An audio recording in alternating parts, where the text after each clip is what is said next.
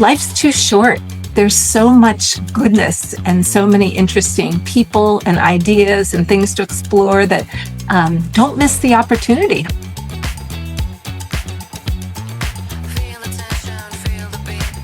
So my name is Betsey Leighton. My company is Bowerbird Studio.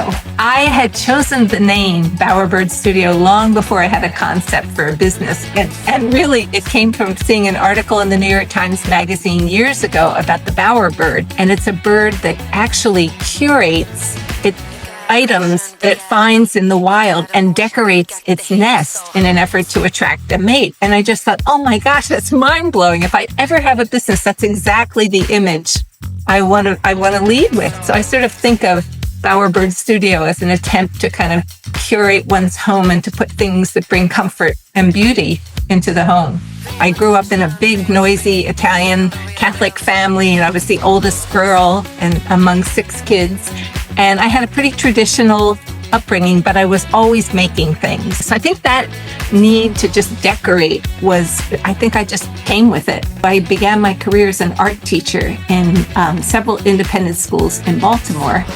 And I got interested in school administration. It was a time in the 70s and 80s when women were really being encouraged to stand up and take on leadership roles. And I thought, it's really just a different kind of design problem. If you think about it, if you're running a school, you're just trying to take disparate elements and create something beautiful or harmonious. So I took the leap. I didn't know what I was doing. I was fortunate, was really blessed to end up in jobs that enabled me to grow. People who believed in me, even though I didn't have a deep record in school administration. And I just loved it. But I always harbored this thought that someday when I retire, I'm going back to making. And so the first thing I started to do was to sew, because I've always loved color and pattern and fabric. So I started sewing pillows and putting 4 of these blocks that I thought could be in conversation with each other. And then I had all these pillows, and I was thinking, oh my goodness, I'd never done this before. I've been flying by the seat of my pants this whole time, and it's sort of a joke in our family because I don't really know what I'm doing. I have an incredibly supportive family. My husband is just a champion. He's so great.